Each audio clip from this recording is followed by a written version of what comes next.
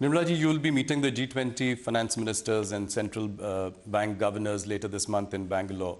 What is your message to them, and what are your main agenda items that you will take up and highlight?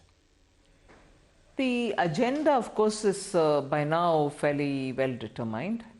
We will be talking about the debt situation globally, because many countries, which were even middle income countries, have suddenly got into debt traps, and those traps are really vicious traps. They are not able to come out of it. Now, during the pandemic, debt servicing, there was a scheme which the IMF and also looking at the G20 formulation, there was a plan which had come, debt servicing, and many of these countries didn't have to service their borrowing for a certain period because of the pandemic, and there was a call for extending it. It was extended.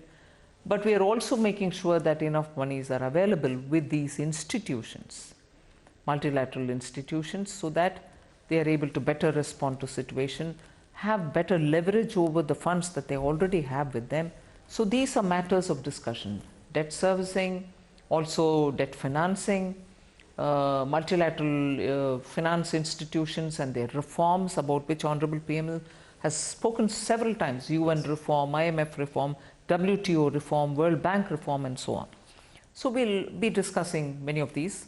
Also looking at a global kind of a SOP to be available, to be agreed upon for regulating crypto assets, right, whilst recognizing the central bank as the authority for issuing cryptocurrency.